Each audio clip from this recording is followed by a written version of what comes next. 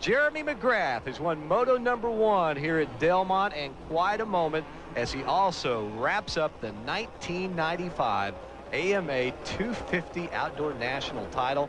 The whole shot, he picks up right where he left off. 1996 saw Showtime come flying out of the gate, winning the first 6 motos and taking a 47-point lead in the championship chase. Then Supermax showed he was human after all. An injury to his foot during practice at Millville had him making un-McGrath-like mistakes and forced the first DNF of his career at Washougal. For the first time in this superstar's career, he could only watch his points lead disappear. This opened the door for the ever-opportunistic Jeff Emig, who had been staying within striking distance of the defending champion. Emig took full advantage of McGrath's slip-up. Jeffro picked up his pace and put himself in the driver's seat for the championship. 2 rounds, 2 men, 1 goal, 1 climactic finish. The run for the 1996 250 National Championship coming up next. Art Ekman, David Bailey, and Davey Coombs from Binghamton, New York for our championship showdown. It's the first time in nearly 2 seasons that Jeremy McGrath has not led the points chase. Jeff Emig by 8 going into today's action. Motocross has always been a sport with family involvement. The defending champion still draws from that support. It's been a different week for us. I mean, Jeremy's a winner. That's fortunately for us. We've had these many years to get used to that. This week, we spent more time together than we usually do. I went to his practices, just kind of hung out. But basically, we've decided to take it 1 moto at a time. You know, get through practice, see how it goes. If it goes well, let's get through the first moto. I think we all have a positive attitude. Honda's doing everything they can to help him as much as possible.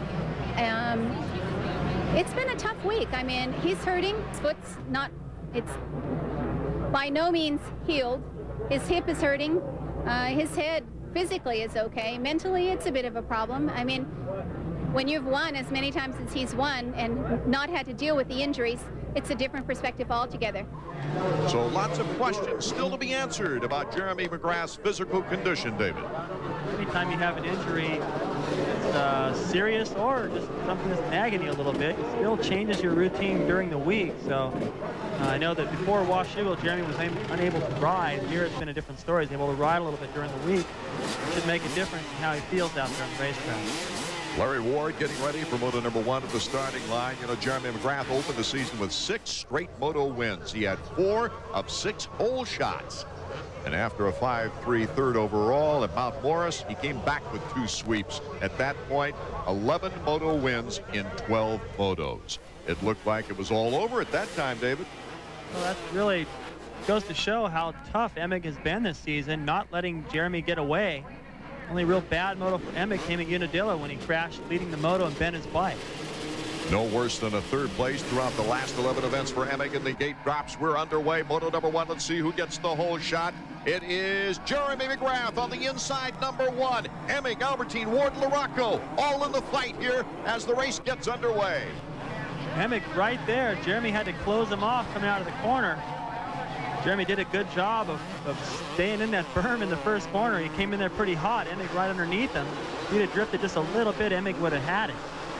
If this was earlier in the season, David Bailey, you'd think, well, Jeremy McGrath has got the whole shot now. There's no way he'll crack under the pressure. He's got the speed to just take away and go for the victory. Jeff Emig behind him, though, now has that confidence that he has seen Jeremy McGrath not at his best.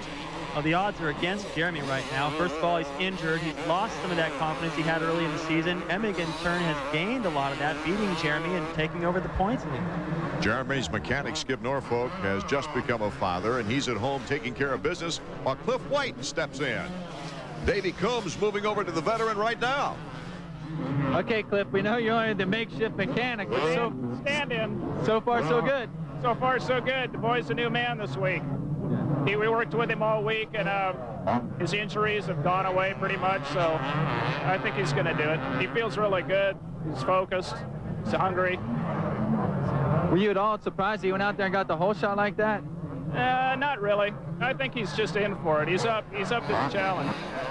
Well, Skip Norfolk is a terrific mechanic, no question about that. He's had a very successful tenure with Jeremy McGrath throughout his pro career, but it's no step down to get Cliff White, let me tell you. Well, Art, of course, I'm prejudiced. Cliff being my mechanic all those years, I believe he's the best mechanic ever. And for Honda to go to their backup mechanic and have somebody of that caliber, boy, they've got a lot of depth. Yeah, Cliff not only got championships with David Bailey, but also Jean-Michel Bale. Right, Jean-Michel Bale, George Holland. He worked with Steve Wise before he worked with me, Jim Gibson. In fact, before I had Cliff as a mechanic, there was some concern maybe that he was a little too clean. I wouldn't have a chance to ride the bike. The guy's just so organized. It's just unbelievable. The bike is perfect. The truck is perfect. Everything that he does is right. See him get in a massage on those parts, put his own finishing touches on there. What a great position for him to fill in at Honda. Suzuki's Greg Albertine and Larry Ward fighting it out for third. Jeremy McGrath right where he wants to be. We'll be back. Welcome back to 250 action, Moto number 1. Out in front, Jeremy McGrath. Jeff Emig in the second spot as we look at a freight train battle for third, fourth, and fifth. Greg Albertine, number 16, right in front of his teammate Mike Larocco, and then Honda of Troy's Larry Ward. These three guys, actually four, Ryan Hughes back there behind these three guys. All stayed about the same past couple of laps, but Albertine right now is starting to feel the pressure from his teammate Larocco. Anytime you catch your teammate like this, it feels a little different. You want to get in there and bump him out of the way and get aggressive, but he's your teammate right there, unable to get over that triple. McGrath and Emig getting over that clean, so they'll lose a little time there. Mike Larocco to the inside of his teammate. Albie shuts the door for the time being anyway, but here goes Larocco up the hill. Mike Larocco moving into third. Albie tries to come back, but Michael secures that position. Just held it wide open all the way up the hill around the sweeper. Good line, just cut off a little bit of the racetrack there, made a shorter distance. Give a face full of rocks to his teammates. That's the only way you can do it here. You got to make the pass. Look at all that dirt flying. It hurts when it hits you. Number 8, a former 500 and 250 national winner. Got his first Suzuki overall victory at Washougal in the last race. Larry Ward and Ryan Hughes. This could turn out to be a great battle. Ryan Hughes, fighter, short and stocky, in shape. Gobbling up that roost from Larry Ward, tall and lanky. Their styles are completely different. Locked together right now. Usually when Hughes catches you, he's going to bother you for the rest of the race. So Ward's going to have to put up with it for a while, or else get around the guys ahead of him and hopefully put a little distance in there. Ward getting Honda of Troy's very first podium on the track just a few miles from the shop, Troy, Ohio. Well, he had an experience here last year where he cased it very hard at Moto 1. Then got up and ran a decent Moto 2. But now, Ryan Hughes closing in. Hughes is keeping the pressure on, looking for an opening. This is a little bit more of a one-line section, portion of the racetrack right through here. And just stay as close as he can. You see him aiming for a little different berm everywhere. In case Ward makes a mistake, he'll be able to make that pass. A lot of times you have to take a line you don't want to take just because you got to dodge all those rocks flying.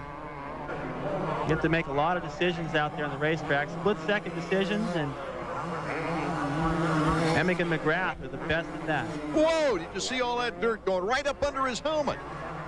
Yeah, sometimes it's better to just look straight ahead because that helmet's going to block all that roost from coming in, but that's a natural tendency to kind of duck, and as soon as you duck, you drop your face a little bit, and the dirt goes right in, hits you right in the face. Ryan Hughes, what a gutsy leap right there in front of Larry Ward. Decided to change lines, and he got into one of those berms, almost didn't make it in time. The back end caught the outside edge of it, spit the back end out. It actually worked out perfect. It put him right into the line he wanted to be in, and had a nice pass on Ward. Those injuries that have cut into his season have certainly been frustrating for Ryan Hughes. And in Washougal, he made the highlight reel with a hard crash in Moto 2, but a second in Millville, his best performance on the season with a 2-2. Here are the 250 past winners from Binghamton. You'll notice a gap between 1985 and 1993. In years past, there wasn't always a 250 class champion here. The 500s and 125 staged their event during that time. These were the 500 winners. David Bailey listed up there. Our Suzuki flashback takes us back to 1989. The start of Moto 1. Jeff Stanton, number 7 on the Honda, number 5 and number 4 are the Kawasaki teammates, Jeff Ward and Ron Lachine. Battle quickly shaped up between Lachine and Stanton, going back and forth here at the top of the uphill. Stanton with an inside line. Lachine with an aggressive move to the inside would retake the lead, but Stanton was once again into the lead and in control of Moto number 1. For the second moto, number 4, Ron Lachine got the whole shot, followed again by number 7, Jeff Stanton. Number 5, Jeff Ward, the series points leader, lost a few points on the day to Stanton, while Ron Lachine suffered a flat tire in the second moto. Jeff Stanton went on to take the overall, while Jean-Michel Bale celebrated an earlier 250 world title. Jean-Michel Bale, certainly one of the most technically beautiful riders that we've seen in Supercross and Motocross. And here's one of the best that ever lived on the track right now, leading our first moto, Jeremy McGrath, Jeff Emig, Mike LaRocco, the top 3. Prior to the race, Davey Coombs checked things race leader, and this is what Jeremy tell us. What about your head? How do you feel there? You had 4 years of good luck, and in the last 2 weeks, you had all the bad luck you could ever want. Is the head okay, confidence-wise? Well, it's hard to, I mean, in that type of situation, it's really hard to keep your confidence because of the circumstances that happen, you know? I mean, it seems like it's raining pain on Jeremy McGrath right now, and, you know, it's just one of those things I have to go through. Now I can see how riders that get hurt stay hurt because they try and ride over their head and not to their ability when they're hurt, and it seems to cause more problems, and that was obvious last week. Your strategy this weekend in Binghamton, is it just to get to Steel City still in the points chase, or are you going for the win today? No, I think my ankles and foot is feeling pretty good today, and I think I'm going to try and win today. You know, it's crunch time, and, you know, if Jeff has a little pressure on him, maybe he's going to crack a little, but maybe not. He's not been in this situation since '92, so, and even then he wasn't in the points lead. He was just chasing. So, you know, I don't feel any pressure. I just want to get out there and ride. Last week was a disaster, and I feel 100% better this week. And you can tell it on the track right now, David Bailey, as Jeremy McGrath out in front of Moto number 1 came into this race 8 points down in the championship race. We'll be back with more exciting 250 action in a moment. Jeremy McGrath back on track here in Binghamton, New York. He is the leader of Moto number 1. Jeff Emig in second place. Looking pretty sharp, David.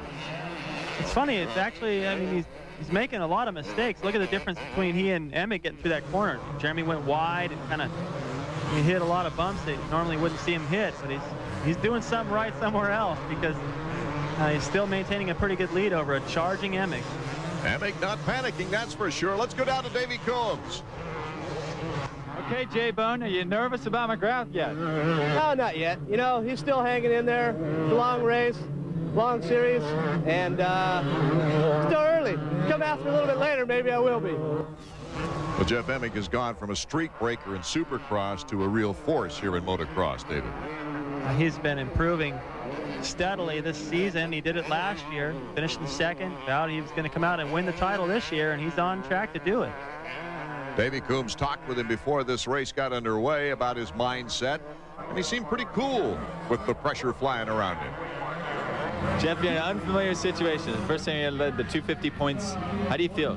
Well, I feel pretty good, you know, about taking the points lead, especially this close to the end of the series. But I mean, I'm real happy about it because it would just you know, top off what I think has already been a pretty good season. Was your preparation any different coming into Binghamton? Actually, no. You know, I just kind of did the same things I always did. You know, went out riding, rode hard. You know, took it to the edge, and you know, I just trained real hard. I think the only difference was that I really focused, and I've been you know, I've been trying to think about exactly what I need to do here this weekend. And the only real answer that I come up with is that I just need to win. Well, that's the right attitude. That's the only way he's going to win this title, because you can see right there, Jeremy with his back against the wall is so far been pretty dangerous. Missing in action for a while was Damon Bradshaw. You'll see him in the picture as a lapper, though. Let's go to Davey. Steve, we know that Damon's riding with the leaders, but he's a lap down. What happened? I'm really not sure. I'd say he must have slid out or fell down or something, because he didn't want to pull in when he went by, so everything must be all right now. It's just unfortunate he's a lap down, but seems to be going pretty fast right now. just wish he could have got a start. All right, we'll check back with you and see if you have anything on that. All right. Jeremy McGrath, our current leader. Here's our second position rider, Jeff Emig. If they finish 1-2 in this order, that would mean that Jeremy would cut 3 more points off of Emig's lead. Going into Moto 2, Emig would have a 5-point lead. Emig's been fast through this portion of the racetrack all day, carrying a lot of speed through there. Still keeping about the same distance behind Jeremy. If Jeremy makes a little mistake, you hear him go by right there. Emig will be right there to take advantage. I think they're both just running as hard as they can go, and neither one of them is able to pull away. A tribute to both riders. And Mike LaRocco zips by us in 3rd place, passing his teammate Greg Albertine earlier in the race to secure 3rd. Riding a lonely 3rd, though, David. Well, you know, it's kind of a weird place to be for LaRocco because he's not in the points hunt, at least for the title. And if he gets in there in between Emig or McGrath, he knows it's going to affect the point standings and how the title turns out for those guys. You really don't want to get in the middle of it. You either want to be behind them, kind of where you are, but I'm sure you'd much rather be way out front, let them sort it out behind them. Boy, our camera's really showing the dirt and rocks that are flying in the roost. Oh, here's Damon Bradshaw. He's pulled into the mechanics area, talking with Steve Butler, trying to explain possibly what happened to him on the backside. He looks healthy. I think what's happening here is he realizes after losing that lap, he's lost so many positions. For him to just get back in the top 20, it's a wasted effort this moto. Just save it for the next moto. Jeremy McGrath now pulling a 4-second lead on Jeff Emig. Still within Emig's sights, though. You can see Emig just coming out of the corner there. It fluctuates in different portions of the track. Jeremy opened it up to about 4, then certain times, depending on the lap riders, Emig gets pretty close. You can hear the crowd getting into it. If you notice that graphic of 6 wins this year for Jeremy McGrath, that's in 11 races. A phenomenal record this year. Sure doesn't look injured right now. Looks aggressive as ever. Damon Bradshaw headed toward the pits now. Let's check in again with Davey. He ran off to the track over the back. All right. Okay, Steve, what happened? Well, I guess it was all in the first lap. There was a bunch of guys going on a small uphill over the back, and he ended up sliding off of the track. He said he was going through the woods and ran into some trees and bushes, and he just got stuck up down the bottom there. Jeff, that is just making laps along the track? Yeah, he just figured because a good chance to see how fast he could go, and he seemed right in there and saved himself at the second moto. So Damon Bradshaw hangs it up in front of this record-breaking crowd at Binghamton, New York. Here's our field summary. McGrath, Emig, LaRocco, Albertine, and Ward, and we'll be back with more. Welcome back to the 250 action. This is the second to last event on the season with the 250 championship coming down to the line. Jeremy McGrath, our leader, but look at this. Jeff Emig, number 2 on the green bike. Kawasaki is catching up to our leader. These two are really starting to open up a lead now over 3rd place. Emig applying the pressure to McGrath. Looked like Jeremy for most of the moto had a comfortable lead. Wasn't that worried, but you can hear the crowd now. Jeremy knows Emig is right there. This is getting good. And a lapper trying to run the race with Emig and McGrath. Finally gets out of the way as Jeff Emig comes zooming up and by him. Working their way down into some of the Supercross type sections. Jeremy's got his game face on, that's for sure. As Emig now putting the pressure on for the lead. And it's time now for our Honda riding tip. And in this week's riding tip, we're going to talk about what it takes to prepare for racing on the rocks. Not only does your riding style have to change, but so does your riding gear. And in the pits, your mechanic is busy getting the bike ready. McGrath's bike right here, sporting the plastic handlebar covers, protecting your hand and the clutch lever or the brake lever. Custom pipe guards made out of aluminum. These are hard to come by. Chest protectors, one on the outside of the jersey. Bar protectors. All these things are available at your dealers to keep you protected when you're out there on the racetrack. It's personal preference, just finding what works best for you. Kevin Windham electing to go with the under the jersey chest protector. And the mechanics trying to fight off flat tires with Dunlop's Moose insert. Back to the action anyway. The tires are holding up for Jeremy McGrath, that's for sure. Here on the final lap of Moto number 1, he is holding on to the lead. Jeff Emig, though, just won't give him an inch to spare as he's kept the pressure on this entire moto. Great credit to these racers. And for Emig, what you want to do here is keep the pressure on. He's let Jeremy get out to a little bit of a lead here. You see the lap rider doing a good job of staying out of the way. But if you're Emig, you're hoping McGrath gets hung up. A couple of these corners behind some lap riders lets you get right in there and hopefully take advantage of a unfortunate situation for the leader. But Jeremy's not going to give this one away. It's going to have to be bad luck at this point. Jeremy McGrath coming off his first DNF of his career that we can remember. And that put him behind the 8 ball as far as the points are concerned. So it's all uphill now for Jeremy McGrath, showing a lot of character and courage, coming toward the checkered flag with Emig on his tail. This is exciting. Everyone getting into it. The flaggers, the crowd. Jeremy can feel him there. One more time through the mechanics area. If he can go mistake-free, it should be his. Emig doing the right thing, keeping the pressure on. Just think about all the energy he's using to do that. Well, he's forcing Jeremy to use energy too, so they're all even. So the mechanics waved hello and goodbye to them as they head now toward the finish. Good tight cut by Jeremy McGrath, holding onto the control of that machine. Here's the checkers coming up. Jeremy McGrath did what he had to do in the first moto. Yeah, and you can see the little fist pump. He knows that was critical. Not too much fist pump, though, because he knows he's got another one to go as Mike LaRocco headed toward the finish line for third here in our opening moto. Albertine keeping that tight. Looked like LaRocco had it at pretty good distance for a while, but Albertine closed it back up, letting him know he's there. So from the serene rolling hills of upstate New York, we'll be back with the winners' interviews in just a moment. Results from Moto 1. Jeremy McGrath, our winner, with Emig right there. Larry Ward in the top 5 as we take a look at the top 10. Ryan Hughes in 6th. Button in 8th, and Swink rounding out that top 10. Davey checks in with McGrath. What a gutsy ride. Where did that come from? Well, you know, it's crunch time, Davey, and I mean, I've been off the pace for the past 2 weeks, and finally I'm confident again, getting some good starts. Me and Jeff went in the corner, you know, close together, and I got him finally. You know, he's been whole shot in every race, and you know, I'm happy to be running up front again. Did the ankle bother you at all? Well, you know how that race adrenaline is. I think the ankle it is a little sore, but I'm not using it as an excuse, and you know, once I got racing, I think it felt fine. And finally, how'd you feel at the end of the moto? I felt really good. You know, I was getting a little nervous. The lappers were kind of messing me up a little bit, but Jeff rode a great race. He was on my tail the whole way, pushing me, and you know, hopefully I can do that again next moto. That was an excellent ride. Thanks. Ooh, that sets the scene for a great Moto number 2 as Jeff Emig, you see right there, nothing wrong with his ride, except it just happened to be in 2nd place. Let's check in once again with Davey. Bro, I know you're not happy. Did that surprise you, Jeremy riding like that? Well, it's real bad when you get a bad start. I mean, I was 2nd behind him, and I just got roosted the whole time, and you know, only had about 3 tear-offs on it. It just didn't work the way that I planned, that's for sure. But you know, but I felt real strong. I know I'm stronger than him at the end of the motos. And, you know, in the 2nd moto, I'm just ready to you know, burn away from him. So I'm gonna, you know, give it 110% that next moto. Did the lap riders give you a lot of problems on the last couple laps?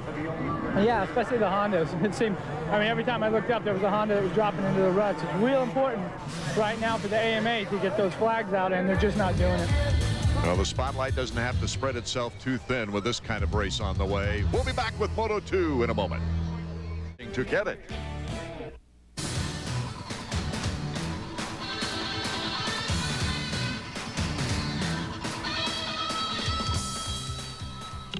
Well, we heard Jeff Emig talking about getting roosted with all the dirt and everything. Well, that's what his bike looks like after Moto number 1 as we're getting set for Moto number 2 now. Jeremy McGrath looking very relaxed with Cliff White, his interim mechanic.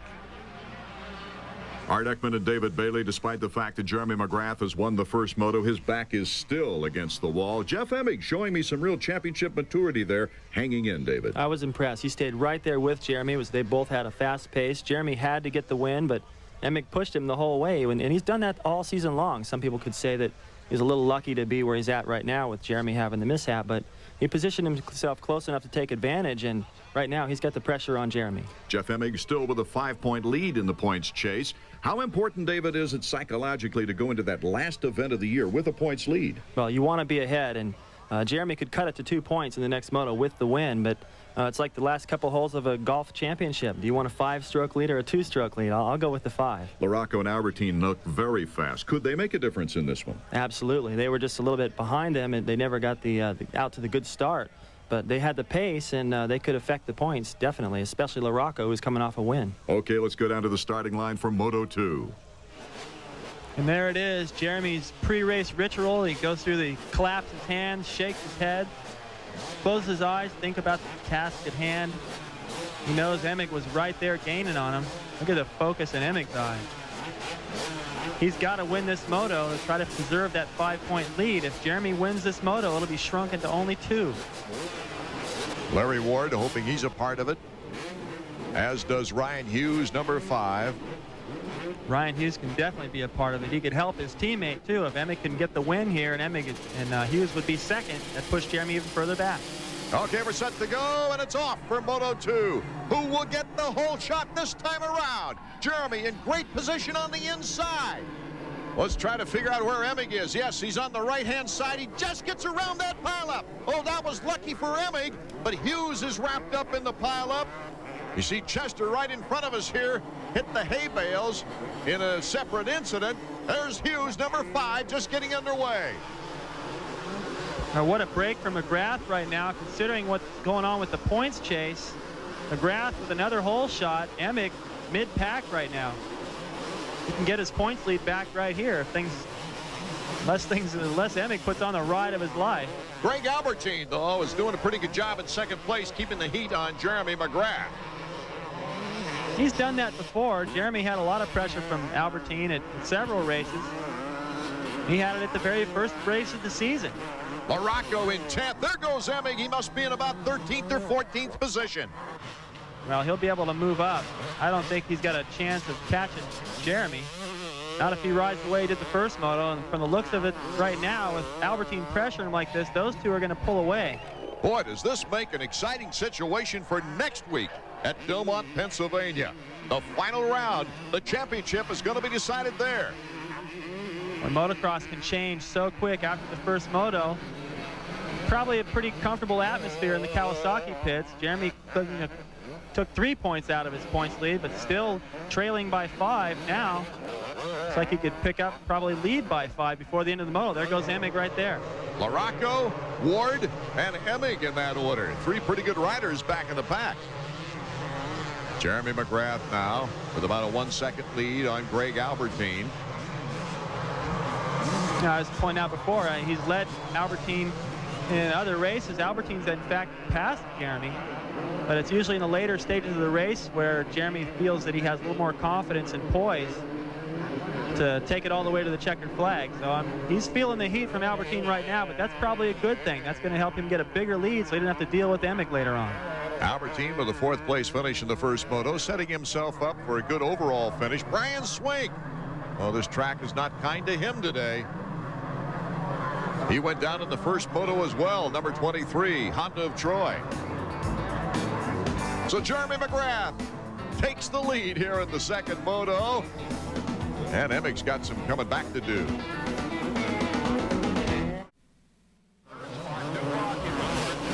Welcome back to our second moto action from Binghamton, New York. There's Jeff Emig trying to weed his way up through the pack. He's got Larry Ward, number 6, in front of him. Going to the inside, he decided to come back out, not get involved there. He's got a lapper next to Larry Ward that got hung up early in the race in that turn 1 accident. Look at all the rocks and the dirt, dust banging off of his bike, off the fork leg. Look at this. He's just getting pelted by all this roost. There's Cliff Palmer, number 27. Emig was talking about getting a bad start in the first moto. He was second place. I mean, that tells you how good his starts are, and this is just what he didn't need this moto. Look at, he's trying to search for a line that isn't already being taken, and he gets by Palmer. And he's not going to have a lot of tear-offs left before the midway point of this race. Emig with more hole shots than any other rider on the season. But today he could not add to that total. And it's going to maybe put him in a precarious position going into the final event of the year. Something that's impressed me, though, lately with Jeff Emig, and it hasn't been that way through his whole career, but lately he's been strong at coming through the pack. So he's... He's riding on the edge, obviously trying to catch up, and he disassembled a hay bale right there. That could have been the title right there. Both feet off. He's just trying to hug that inside line, trying to look for a good spot to make a pass, and got a little too close. Good save. Jeremy very fast, and his technique is flawless right now, with Albertine doing all he can to keep up with him. You can bet Jeremy each time and he has that option, if the track doubles back, he can see that Emig is still way back in the pack. I'm sure Cliff's giving that to him on the board. That'll help him relax just a little bit. Cliff, Jeremy seems to be completely in control out front, but are you letting him know where Emig is? No, I haven't really so far. I just want the guys behind him to know where the guy behind him is, and Albertine. That's who he's racing against. You know, Emig's back about 19 seconds, so right now he's not really in the picture. I've been timing him, and he's only closed a little bit, so I'm not going to worry about Emig. I just let him worry about his own race. Let's try and stay in front. He's the points. Okay, so I was wrong. I told you Cliff was good. Now, I agree. I think it's very intelligent for Cliff to keep McGrath focused ahead, not worry about Emig. He's still way back there in the pack, and that's what kind of signals he used to give me. That's what helped me win so many championships, focusing on the right thing. Jeremy McGrath leading here in Moto 2 with Greg Albertine. They've almost separated themselves from third place. And Mike Larocco off the track. And that's too bad. Larocco, third in the first Moto, had a good chance for a decent overall. See if he can come back up through the pack now after going off. Jeremy McGrath, everything is coming up roses for this guy today. Yeah, it'd be even rosier if he could lose Albertine. Albertine's dangerous. He's back there. He's fast. He's proven that he's had the speed to get up there and pass Jeremy before. He's won a Moto. He's won an overall, and he's been in some great positions during the season. A couple bad decisions have kept him out of it, but right here he's definitely a threat to Jeremy. We go back in the pack a little bit. Kyle Lewis, and there's 28, Damon Bradshaw, who had some bad luck in the opening Moto and decided to DNF it after taking a little unscheduled ride through the woods. Hasn't been the kindest place to Bradshaw. I remember last year in that wicked crash involving Brian Manley, Kudrowski, John Dowd, I think, all got in that pile up. Manley going down just beyond a jump, and these guys pile driving into him. Yeah, they were lucky all those guys to walk away from that. It was one of the scariest crashes I've ever seen, but they were all healthy. It goes to show what kind of shape these guys are in, the protective gear they wear to get them out of a sticky situation. Emig now starting to close in on this pack. He's faster than these guys. He's caught them all. I don't know if he'll be able to get around them very easy, though. Bradshaw's not having any luck. It's Larry Ward in back of Kyle Lewis, and then Bradshaw and Emig. Bradshaw slipping out just a little bit, but Emig so far hasn't come up close to him. You can see Bradshaw trying to use little different lines here and there. Lewis riding a great race. Lewis has had some good starts this year. When he gets a good start, he's capable of staying up there. He's raced with these guys enough. He's gotten some hole shots. He's not uncomfortable with being out front like that. He doesn't get intimidated like some of the other privateers. Encouragement for Emig. You're fast. It's time to waste these guys and get on with the championship race. Well, these are points. Each one of these guys is points that could take away from him potentially winning a title, so he's got to get them all. Lewis, of course, has already signed a contract for Team Suzuki in Japan for the Japanese series there.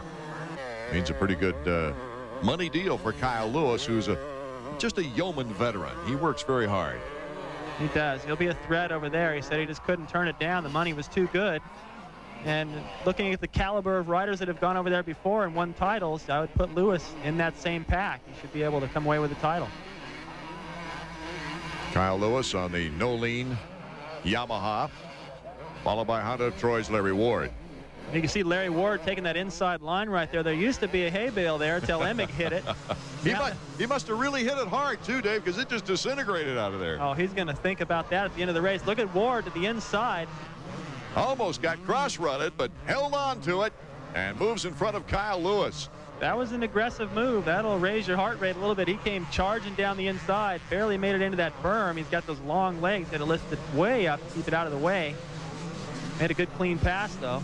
So Larry Ward in third place. Looked pretty good at Washougal. He's had a strong finish on the season. Okay, we'll be back with more exciting action from the 250s with Jeremy McGrath out in front. Art Ekman, David Bailey, and Davey Coombs from Binghamton, New York. Second to the last round of motocross action as the championship comes right down to the final phase. Right now, it's Kyle Lewis, Damon Bradshaw in front of Jeff Emig, trying to get back into competitive status. You can see Jeff, how desperate he is, trying to go inside, outside. The guys in front of him having to battle amongst themselves, taking all the lines. He reaches up for a tear off there. I don't know how many more he's got. I bet he put more on this moto than he had last. Well, he sounded like he was pretty confident in going out and getting the hole shot, though. He may not have. Trying to go around the outside.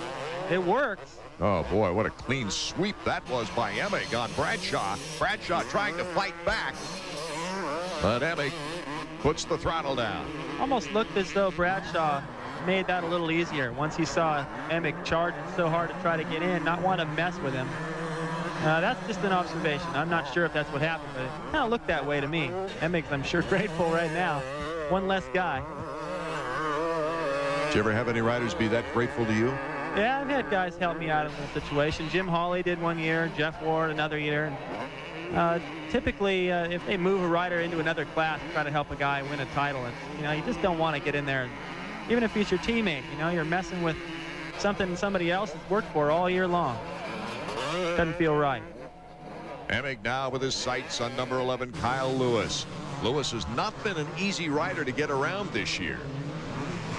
No, but looking at Emig, he just looked determined. Look, he's covered with mud. Run him down. It looks like that's the board his mechanic's going to give when he comes around. He's fast enough to move up, but still a long ways to go. What about track condition now, too, David? It looks like it's riding up pretty good. Yeah, it's getting worse and worse, but that's something that Emig won't even think about. He's just out there trying to get the job done. It's as impressive the ride he's putting in from the back of the pack now as it is for Jeremy being out front. Almost lost it in those ruts. Went a little wide, braking late. He's taking chances. He's got to. It's on the line right now. Let's go back down to the mechanics area now and check back in with Davey Coombs. Davey, I believe, is with Jeff's mechanic. Okay, you said you weren't nervous in the first moto. Are you nervous now? Yeah, it is getting there. Got a bad start. He's coming up to the pack pretty good, but those guys got a lead on him. So basically, as of right now, it looks like third unless something happens to the front guys. But it'll be a tight race for the last one anyway.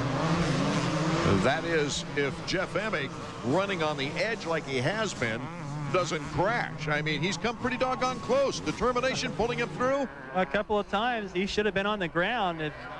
He'll be thinking about that later on, however this title does work out. I mean, if you've ever ridden a jet ski out in the waters where there's sharks, you don't fall. No, thank you. Even if you do, you don't let go of that thing. And right now, Jeff is just determined. There he makes the pass, finally. Good power move by Emig in pretty much clear territory. Now he's got a ways. He's in fourth place, but he's got a long way to go because Jeremy McGrath has been pushed by Greg Albertine this entire moto and has had a pretty sizable lead now. Jeff knows that he's going to lose the points lead. He won't quit. There's still time. I don't think he can catch Jeremy McGrath, but I think second, if he continues riding the way he's been, I mean, his real goal right now is to try to get into second, preserve that points lead. Yes, he would have a 2-point lead going into that final round if he could get to second place. And the way Jeremy's running, boy, every point counts. That's for sure going into that final round. McGrath, Albertine, Ward, Emig is on our field summary for the first time since he got caught up in that first turn melee. It's pretty amazing. McGrath beat up, sore, had to pull off at the last race. Out there leading both motos, doing what he's got to do. I mean, this is the kind of title, this is what you want to see happen. You want these guys to have to charge all the way to the last race. Oh, look at this battle. Damon Bradshaw making the move on Kyle Lewis. Probably feeling like finally. Took him forever to get around. Emick caught up, got around, and made the pass. Finally, Bradshaw's able to get around. Bradshaw, I can't figure it out. I've said it a bunch of times. I really love watching him ride. I watched him come up from mini bike, the whole retirement. I'm so excited to hear that he was coming back, and I really don't think he's ridden up to his potential all the way around since his return, and that's got to be frustrating for him. And now it's kind of a question whether he'll even remain at Yamaha next year. Jeff Emig makes the move on Larry Ward. So look out. Here comes Emig. Back to Bradshaw. I don't want to let it get too far. I think with the type of talent and depth of talent this year and in ensuing years, it's going to be increasingly difficult to sit out a season or more and come back to be competitive. We'll be back in a moment. Cross is being brought to you by the reigning Supercross 125 and 250 outdoor champions, Honda. Come ride with us. Time running out for the rest of the field. Here's number 16, Greg Albertine, in second place behind Jeremy McGrath, and there is Jeff Emig. Emig now is really going to try hard to get in front of Albertine. If he doesn't, we go into the last event tied in points, Jeremy McGrath and Jeff Emig. If he gets by number 16 with time running out, then he goes into that last event with a 2-point advantage. Albertine, if you can look, it doesn't look like he has any goggles. He's thrown those off, and I can tell you it's just about impossible to try to see. Your eyes are watering. See and all that roost in front of you? Yeah, so Emig definitely has that an advantage. Lappers could play to his favor this time. He wasn't real happy with it the first moto, but things may be different here. Emig picking up some good time downhill, braking late. Trying to get on that back wheel of Greg Albertine. Jeremy McGrath, meanwhile, on his way to sweeping this event. He swept the event last year, was the first rider to do so last season. This was his 6th overall win last season, and right now this battle is vitally important. The lapper getting a little bit in the way, finally waves him by. And it slowed up Albertine just enough that Greg overjumps that plateau a little bit. And let Emig sneak up right behind him. This is the section where Emig's been fast all day. I don't think he's close enough right now, though. Emig with the big leaping move to the outside. Goes to the berm, cuts to the inside. Oh, my goodness. Emig gets by for second. The crowd's going crazy. Unbelievable. He cut all the way back to the inside. Albertine's just going, where did he come from? He went clear to the outside, set that up. What a wild line. Emig's been known to do that. Sure paid off for him there, and his mechanics got to be happy now. So Jeremy McGrath curling around on the final lap. Takes the checkers, and there is a happy young man. He did all he could do here this afternoon. The checkers for Jeremy is 6th sweep, his 7th overall. Here's the Moto 2 results. McGrath, Emig, Albertine, Ward, and Lewis are top 5. Damon Bradshaw, quietly but effectively doing a nice job here today. Cliff Palmer rounding out the top 10. Let's go to Davey. All right, Jeremy. You did what you had to do today, a 1-1. Yeah, you know, got some starts today. I wasn't really nervous. I wasn't concerned. I suppose my foot's good to go. You know, I rode strong in the moto. After Albie started fading back a little bit, I started just kind of cruising out there. And, you know, those guys were catching me at the end, but, you know, Jeff made a crucial pass there at the end, so we're 2 points away. You know, it's only one moto, and we got 2 motos to go, so I'm glad I'm back on pace, that's for sure. You control your own destiny, and you're going into your favorite track of the circuit for the final round. Yeah, Steel City's the best track out there as far as I'm concerned. Binghamton was great today, but I always have good luck at Steel City. And me and 1-800-COLLECT and Honda and all my teammates, and I'll have my mechanic back. He had a baby this Friday, so congratulations to him. So, you know, we'll be on fire next week. Man, you rode like a real champ today. Thanks. Moto wins number 15 and 16 for Jeremy McGrath as we take a look at the overall results for today's action. Greg Albertine making the podium behind Jeff Emig. Mike LaRocco into the top 5. Jimmy Button rounding out the top 10. Let's go back to Davey now. Got Albie. That was a very important pass. Well, I think I had a good line going there all moto, and it was just so super tough to pass, and I just blew both my starts. That's just all there is to it. McGrath just got out front like he had to do, and I feel real fortunate that I'm still ahead in points, considering that I don't think I had that good a day. But it just showed, everybody was all pumped for me, and they're like, you got it in the bag, and all this stuff. And it's not in the bag, until the final moto. And, but I rode as hard as I could today to get the points that I got, and I'm real happy to be here. All right, next week, the final round, it's a hard-packed track. McGrath says it's his favorite track, but you've done well there, too. Well, we'll just see whose favorite track it is when we're holding the #1 plate. It's definitely going to come down to that, and for the fans and the people on TV and everything. This is just going to be as good as it gets. And I've been working real hard, and I don't, I just need to focus on this, and I know that I can win this 250 championship. I think that this weekend was just like a wake-up call for me, like, hey, like I might have taken the points lead, by having some really good luck and some good moto finishes, but it ain't over yet. Well, I don't think anyone said it any better. Jeff Emig, quote, "It's as good as it gets."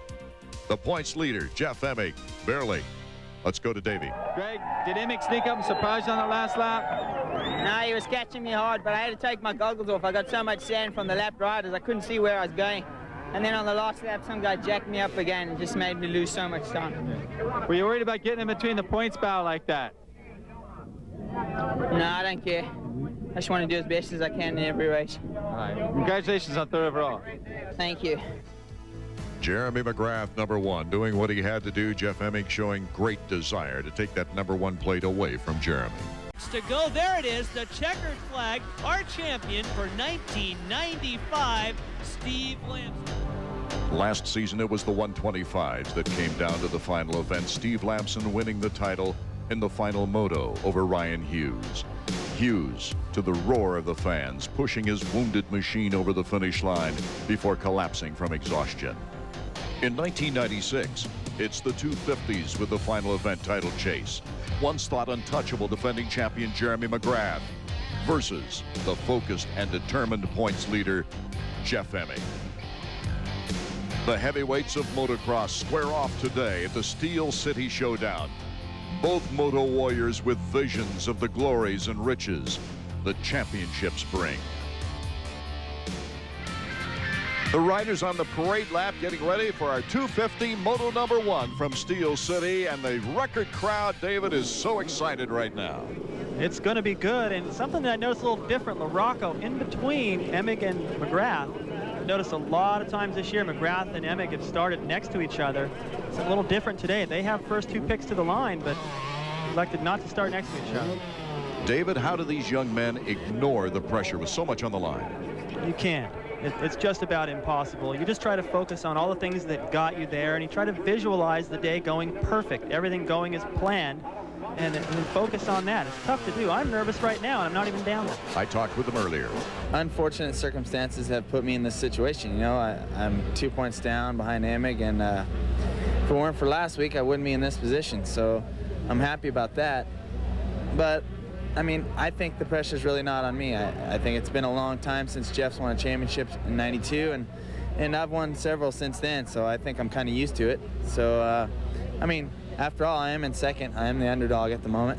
I felt a little more nervous last week than I do this week. It's just like going and racing like an individual race now, a local as such, where it's, look, whoever does better on the day is going to win this 250 national championship.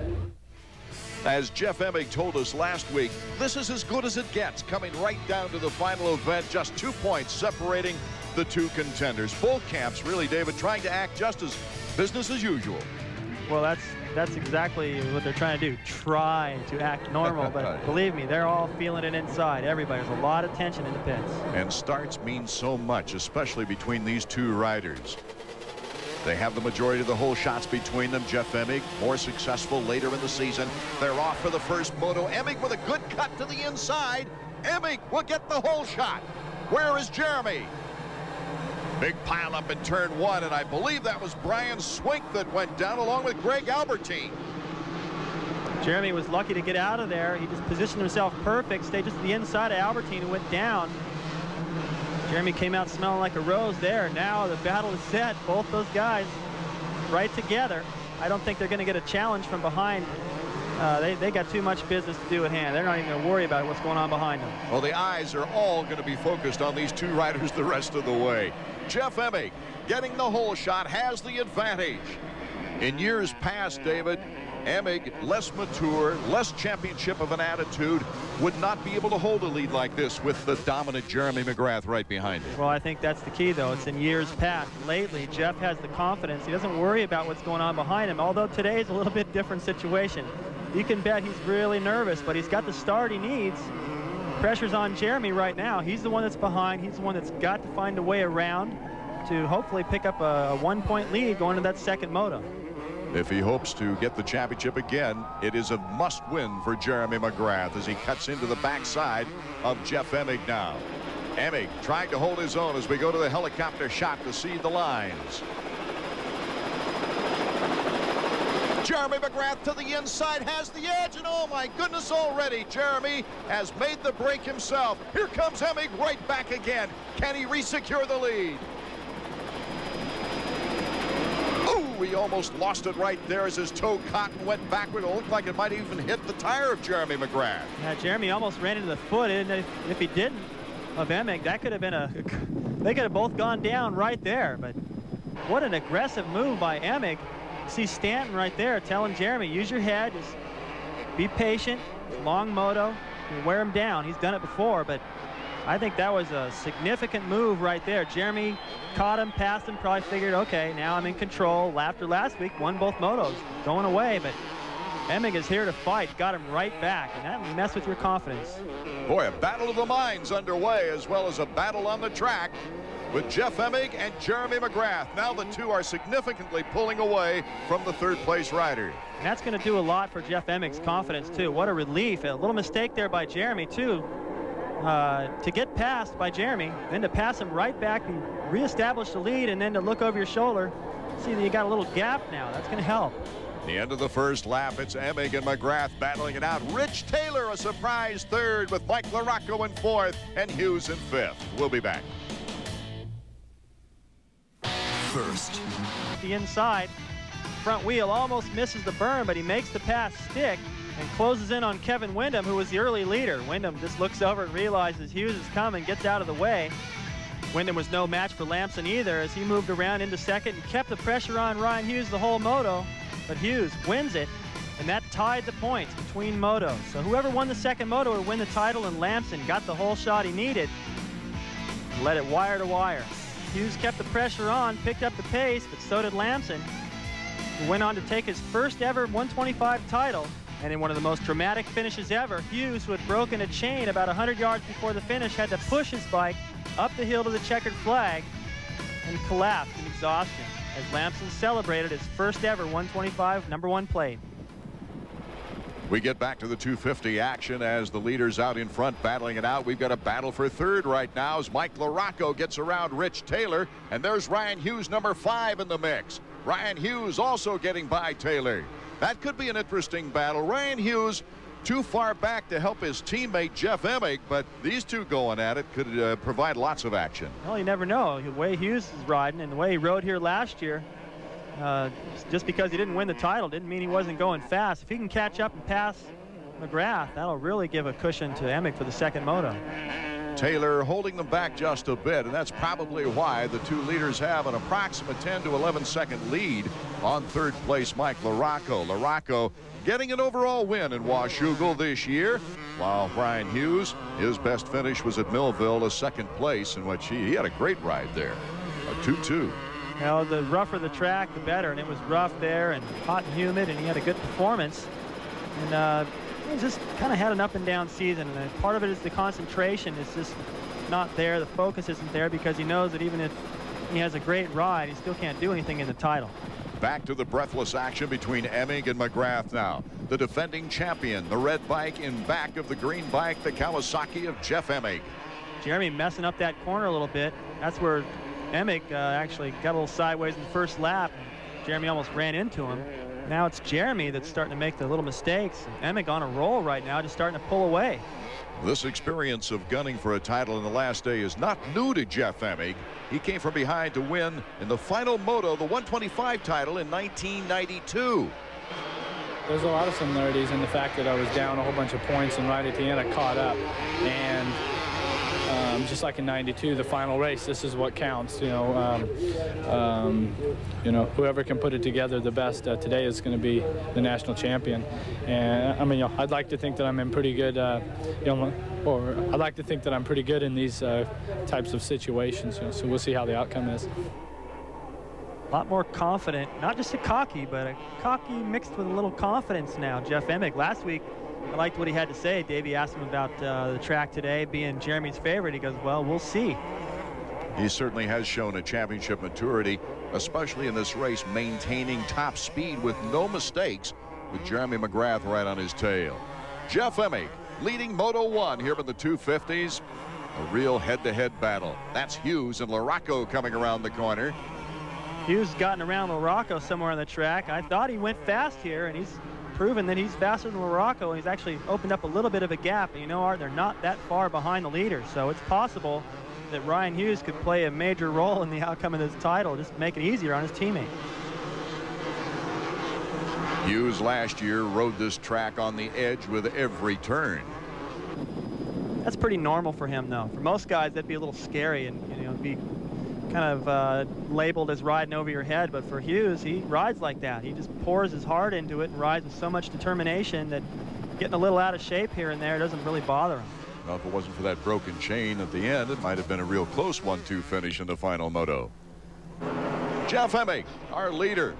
It doesn't take long for number 1 to come in the picture. Jeremy's actually closed that gap back up just a little bit. He had that one spot on the track where Emig was leaving the door wide open. In fact, that's the corner right there coming in. Jeff comes in nice and tight. Jeremy squares it, cuts across the ruts. Starting to try a little different lines here and there now, and actually close the gap back up, keeping the pressure on Emig. That's what he's got to do. There's a long time left to go in this moto, so he's not in bad shape just yet, but coming down to the wire, he's going to need be a lot closer than this. McGrath needing only a 17th in the first moto to clinch the title here last year. In second place, battling with Jeff Emig. We'll be back with more 250 action from Moto 1 at Steel City right after these words. In Moto 1 of the 250s, Jeff Emig and Jeremy McGrath. The action has certainly tightened up, David.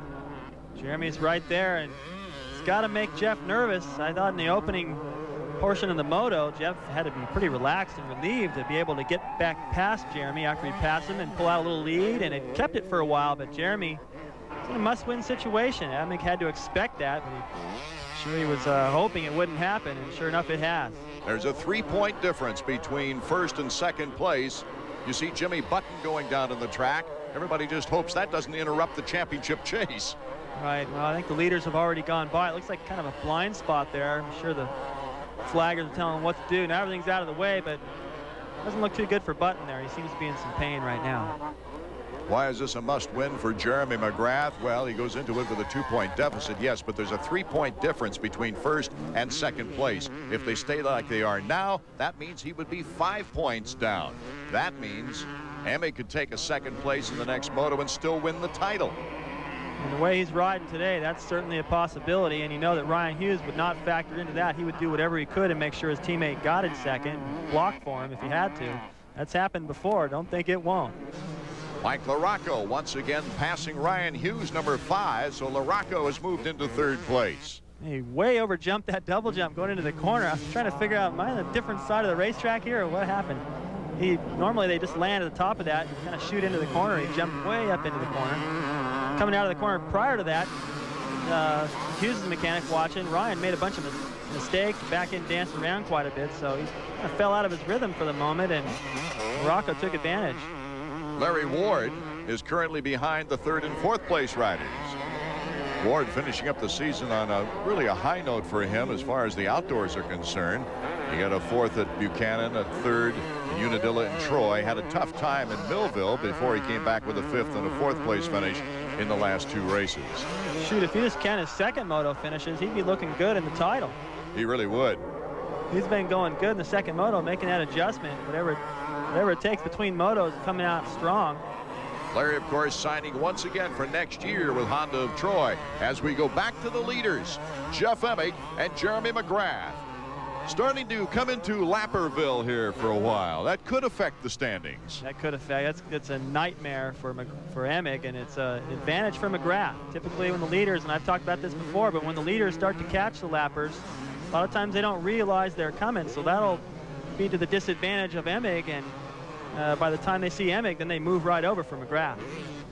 McGrath coming off 2 wins. Let's go down to Davey Coombs now, who's with Skip Norfolk, to see about the McGrath strategy. All right, Skip. Not a lot of lap riders here at Steel City. Is Jeremy worried about that? Well, no, you know, if you're out front, that's good for you. But if you're in second where we're at, you're kind of wishing to have some guys out there to race and slow things up and take the leader off his pace.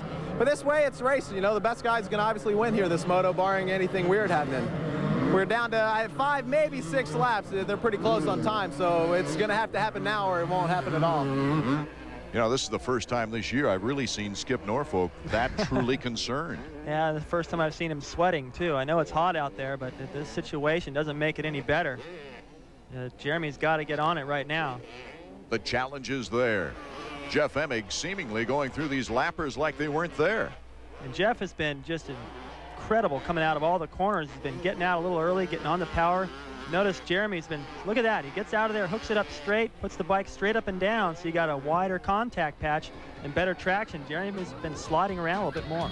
It's Jeff Emig still holding the lead here in Moto 1 on Jeremy McGrath. We'll be back for the race for the checkers in a moment. Art Ekman, David Bailey, and Davey Coombs from Steel City, USA in Delmont, Pennsylvania for the final round. And it's coming right down to this one. In Moto 1, Jeff Emig on the final lap. It's not that easy an item to win back-to-back 250 titles.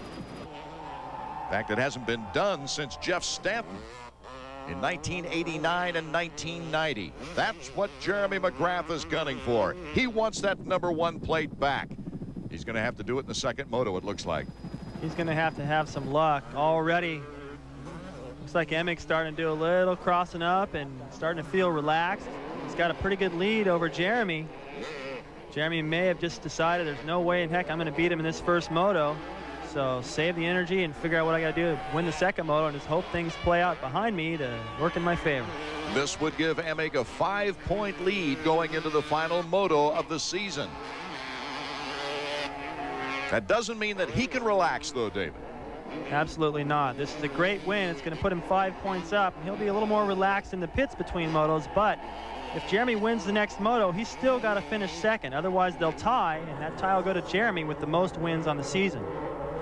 Only a short period of time now before Jeff Emig turns that corner and sees the checkered flag. Very popular here at the Delmont track. Jeff Emig has won the first moto. Boy, what an advantage that is for this young man. Jeff Emig, Jeremy McGrath finishing second. Mike LaRocca holding on to third, with Hughes and Ward rounding out the top 5. For the top 10, it's Palmer, Henry Taylor, Keeney, and Doug Dubach.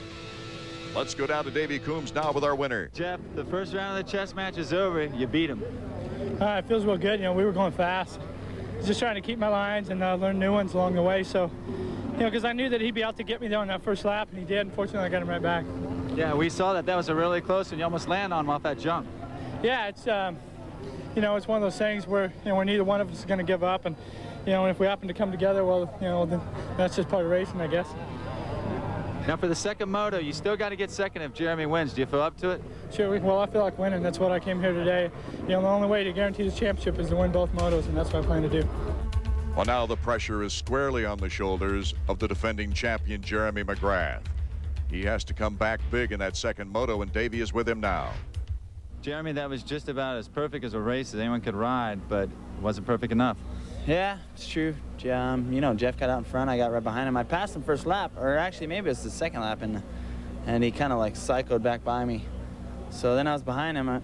You know, I rode a good race. I was pushing as hard as I could without being erratic and making too many mistakes. It's just he wasn't making any mistakes either. So, you know, it's just one of those things. I mean, I was trying my hardest, and he was trying his hardest, and that's the way it goes.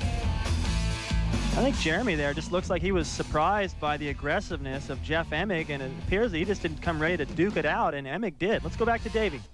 Mike, that was a solid ride for third here in the first moto. Yeah, kind of boring.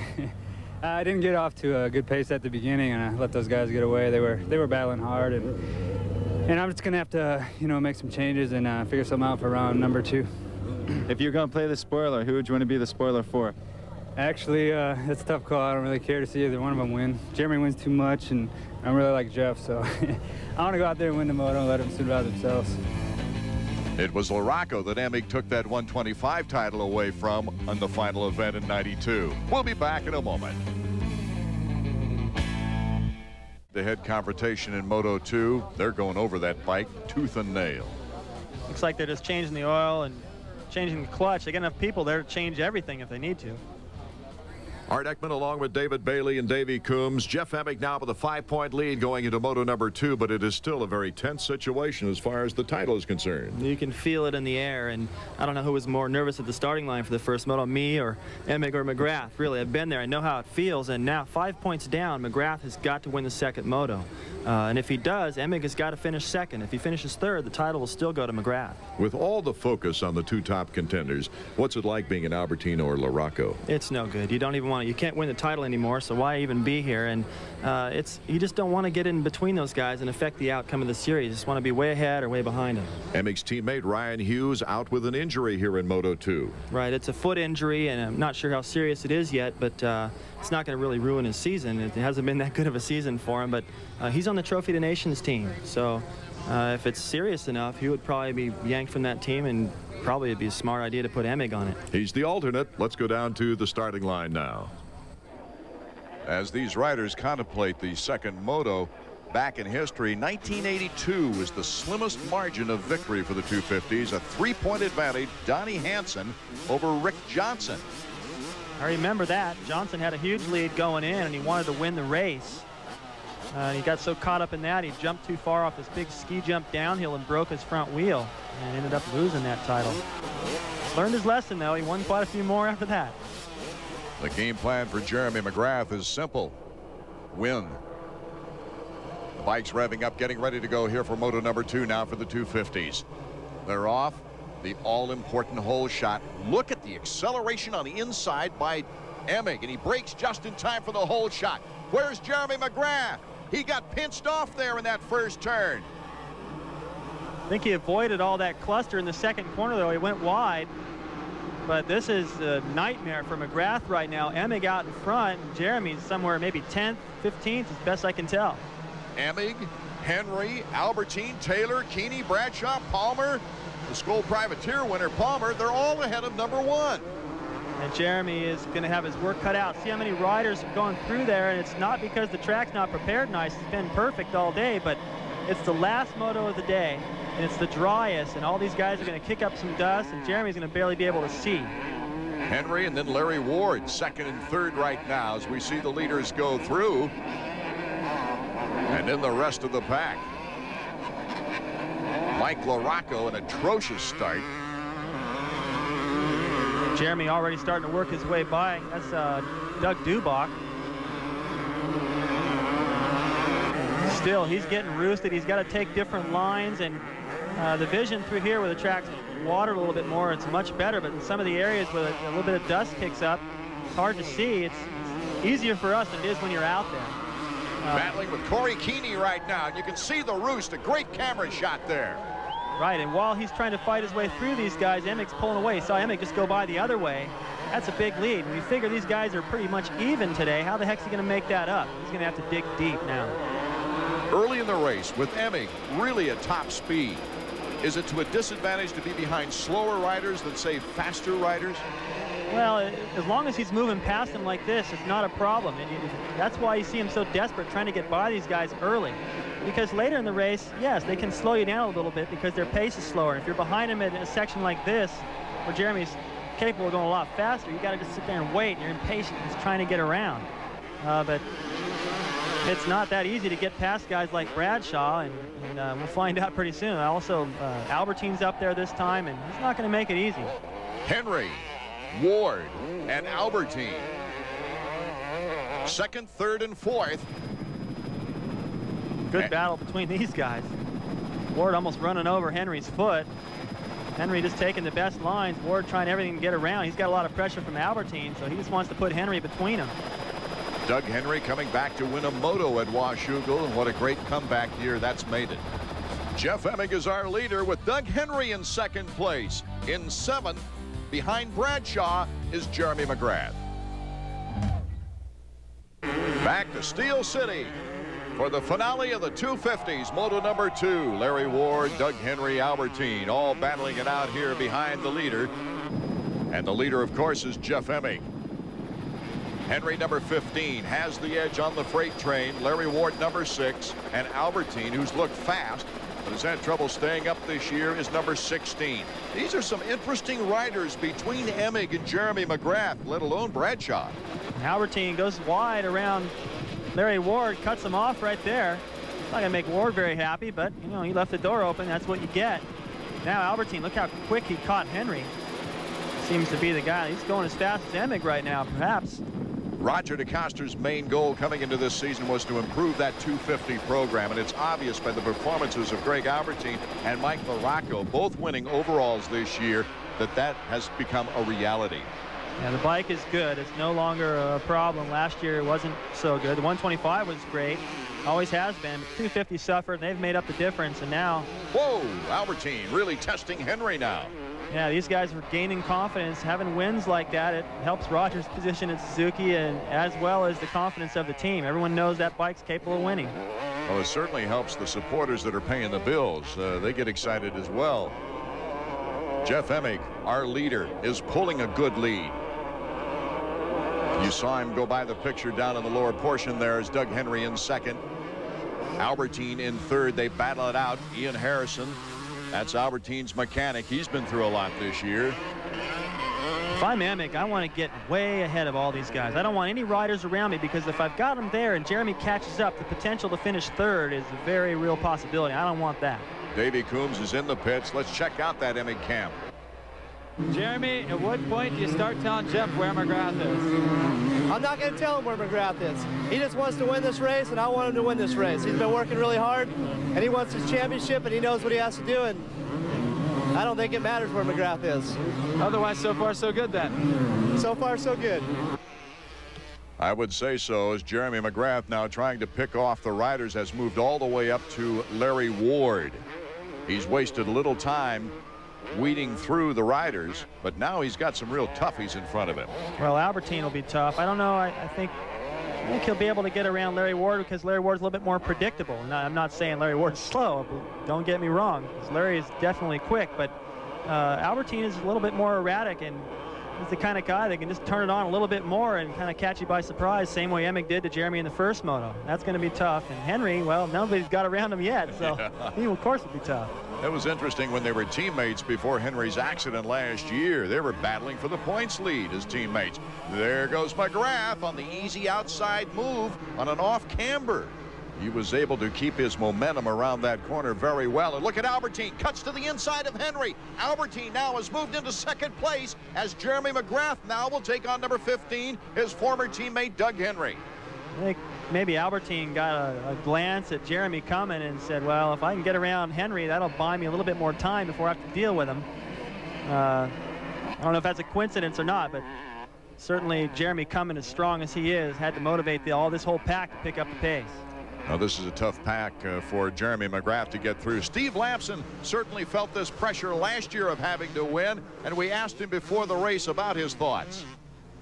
Yeah, I mean, for the fans and, you know, every one of us, I mean, it's a great thing to come here, and I think a lot of people came here because they knew it was going to be a battle to the end, and yeah, I don't think the spectators realize all the pressure that's on these guys, you know, especially, you know, Emig after catching up and, you know, leading coming into this race, which he might have the most pressure on his shoulders, and of course Jeremy, you know, he's coming, you know, winning up till, you know, he hurt himself, and you know, that's kind of a freak deal there. You know, he DNF'd a moto and a couple races, so you know, it's interesting, and it's tough for both of those guys. I mean, they got a lot of pressure on them right now, just like me last year.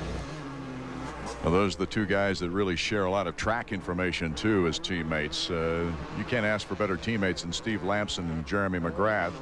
Right now, Jeremy McGrath looking for the opportunity, almost jumped off the course there to get by Doug Henry. He's knocking on the door. Henry knows it. Be interesting to see if he kind of just moves over just a little bit to make things easier. It seemed like that's what Larry Ward did a little while back through the mechanics area. Jeremy's definitely got the pressure on. You can see how far away Albertine. He's already heading up the hill now. Here goes Jeremy now. He's got the clean drag strip move on Doug Henry. Kind of looks over his shoulder at Doug like, thanks for not making that too tough. And he didn't lose much time being back there. Henry's still got a good pace going. Now that Jeremy's into third, it's interesting too because Albertine has actually closed up on Emig a little bit. And as long as he's close to Emig, if Jeremy can catch up and pass him and Albertine does too, Jeremy's going to get the title. You know, in the Honda pits, they're all crossing their fingers hoping that plays out. Jeremy McGrath now trying to pick up the space between his bike and number 16, that of Greg Albertine. Jeremy looking a lot smoother in this moto in the catch-up than he did in the first moto to me. Yeah, you're right. He just looks more aggressive. Emig, our leader, Albertine and McGrath, the top three. We'll be back now for the race to the checkers in a moment. Art Ekman, David Bailey, and Davey Coombs from Steel City, Delmont, Pennsylvania. Our leader is Jeff Emig. If he holds on to the lead, he wins the 250 title for the season. If he places second, he still has assured himself of a victory. Anything less than that, though, and the crown could go to Jeremy McGrath if Jeremy finishes in front. Right now, he still seems pretty focused. He was awfully aggressive coming through the mechanics area there, but you can see right there in that shot how close Albertine's getting. Down to 4 seconds, and Jeremy McGrath is about 5 seconds behind him. Still lots of time for this battle royal to continue. Behind them is Henry, Ward, and Bradshaw. Bradshaw caught these guys out of nowhere. I didn't see him in the first few laps. There he is right there. He caught these guys, got a little quicker pace going. He may be on the same pace as McGrath, just a couple spaces further back in the running. But been a disappointing season for Damon. I know he's capable of a lot more than this. I know he knows that too, and it's hard to tell what it's going to take for him to get him back up there.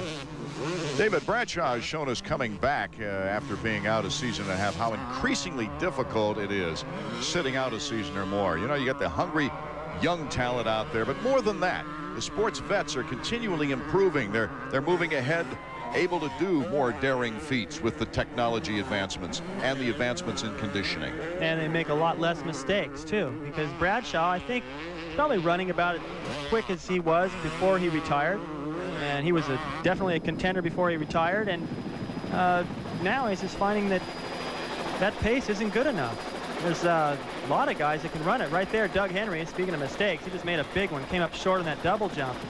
But I think Bradshaw was surprised, surprised everybody, surprised me too, to do so well in the first couple of rounds of the Supercross series, but then things kind of settled in and he realized, man, you can't get by these guys. There's privateer guys, there's the Larry Wards and the independent team riders that are so fast now, and if you get a bad start, working your way to the front is a real challenge. What a triad here. Doug Henry, Larry Ward, and Damon Bradshaw, where they're just more riders each day are willing to sacrifice with the conditioning and strength programs. Now these young guys, a lot of them haven't been hurt. Oh, there goes Larry Ward leaping over Doug Henry. And Bradshaw gets by him as well. Yeah, Henry just had a bad half a lap here. He cased that jump, made a few mistakes, and all these guys went by. That's what happens. That's how close this is. Larry Ward now in 4th place. Bradshaw moves up to 5th. Let's go to Davey. Dave, this appears to be Damon's last ride for Yamaha in the States. Does he have any extra incentive to go out there? Well, I guess he had a hard time the first moto, really bad start, and he got hit with the big rock. I guess he wanted to come here and, you know, try and finish out on a good note. He seems to be riding pretty fast now. He's in a little race with Larry. He looks like he's enjoying himself right now. How stoked would he be to beat Doug Henry, a guy that looks like the Yamaha's going to keep? I don't know. I guess for Damon, I'm sure that's something he wants to do. There's no doubt about that, and he appears to be doing it right now. Emig, our leader, Albertine in 2nd, and Jeremy McGrath in 3rd. We are looking back at 4th and 5th with Larry Ward and Damon Bradshaw. You know, Damon coming back too, he's also a little older. He's had a couple of injuries, and that messes with you a little bit too. look at Doug Henry. I mean, the injury, of course, that was very severe, but it really took the edge off. Doug was so competitive, beating McGrath at times, two-time national champion, moving into the 250s and battling for the points lead when he went down, and really doesn't have that edge right now. If there's any hesitation in your mind from past experiences, you're off the bat. Jeremy McGrath is pulling up now onto Greg Albertine, and we might have a real 1-2-3 battle for the title here. Oh, that's horrible news for Emig. You see him going down the hill there, just going by the other way. If Jeremy pushes Albertine and they push each other up to Emig, boy, coming down to the wire, this moto, perhaps with lappers, the possibility for Jeremy to get Albertine between himself and Emig and take that title away that's a very real possibility.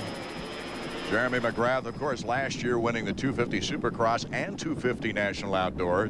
Just 8 riders have gotten that 250 double, and Ben Bridges writing us a letter informing us that one of those was you back in 1983, David. Cool. Forgot about that. Yeah, I'll bet you did. No, I did. I guess I did. Well, that's nice to be in this kind of company. Of course, Jeff Stanton did it 3 times and Bob Hanna twice.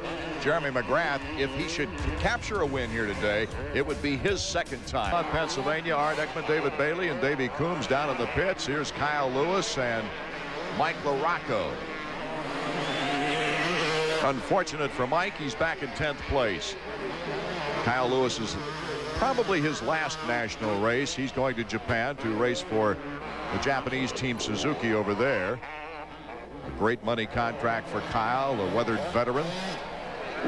Mike LaRocco will be back with Suzuki next year, a final year of a 2-year deal. Actually, it's been a pretty good ride for LaRocco so far, because in our first lap, just following all the back markers through, all of a sudden number 8 pops up. So he went down in that first turn or second turn little melee they had there and caught all the way up to 10th. So not a bad performance so far. He's still got a little ways to go. He may be able to get up to the top 5.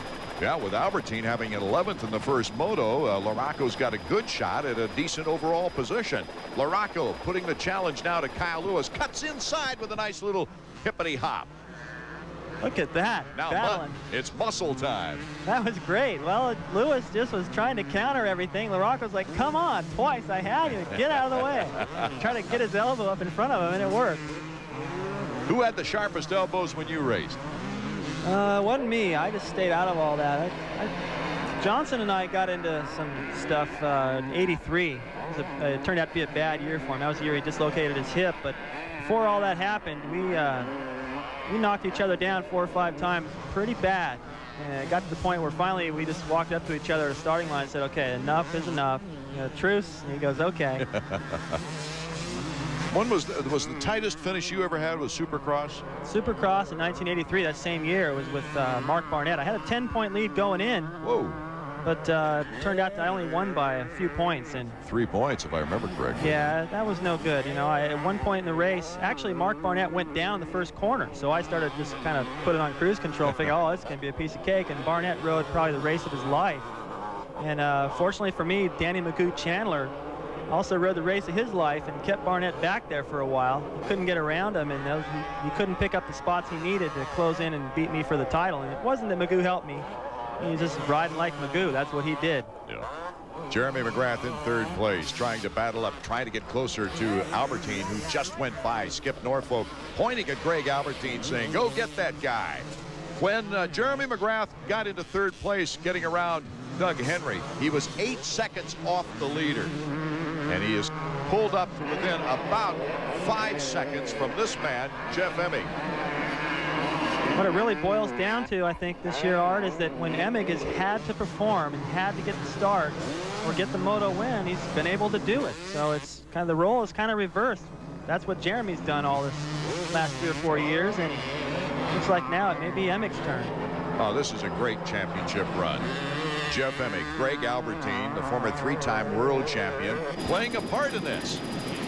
And then Jeremy McGrath. From up above, let's see the line that Jeff Emig takes. Pretty smooth down the inside of that corner. It gets into the berm. He's riding great. This is a Jeff Emig type of track. Just real fast, big sweepers, big jumps, and he's riding perfect today. Davies with Jeff Emig's dad.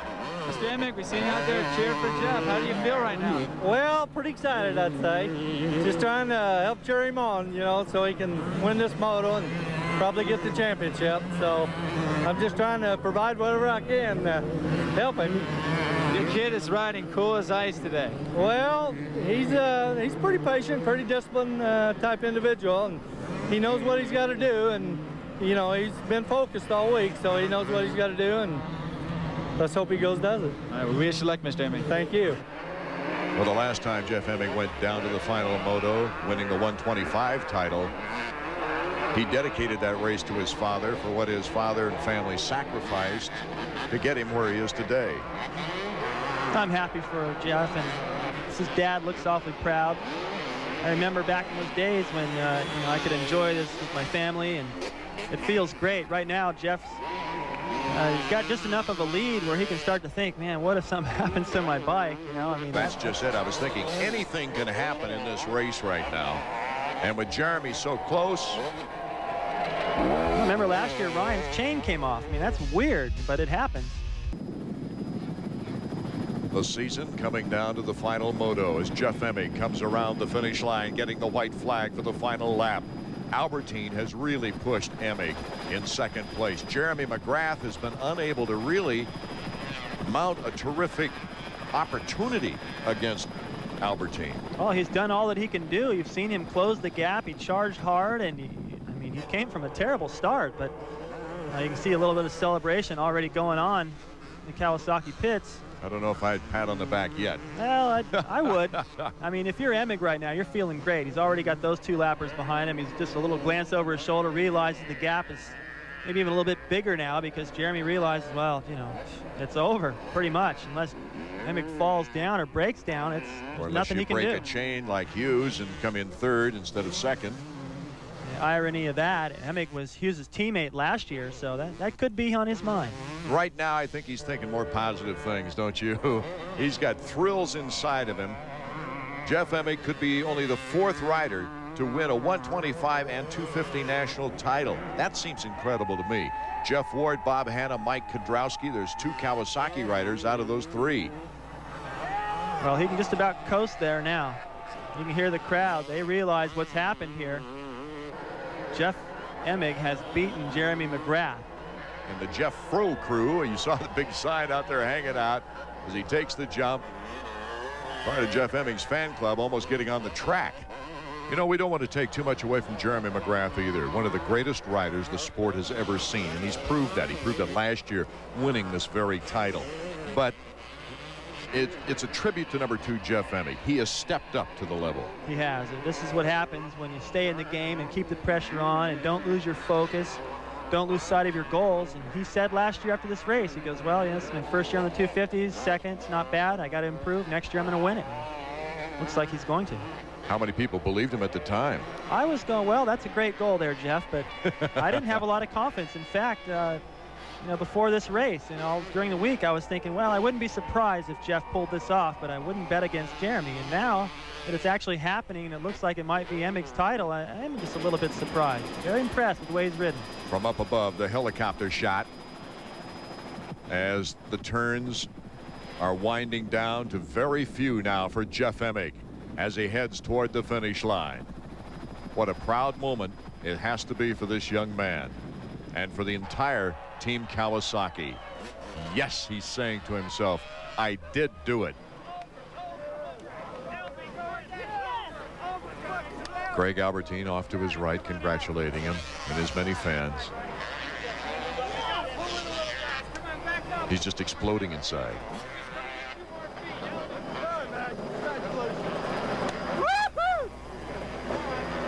The next step in a wonderful career already.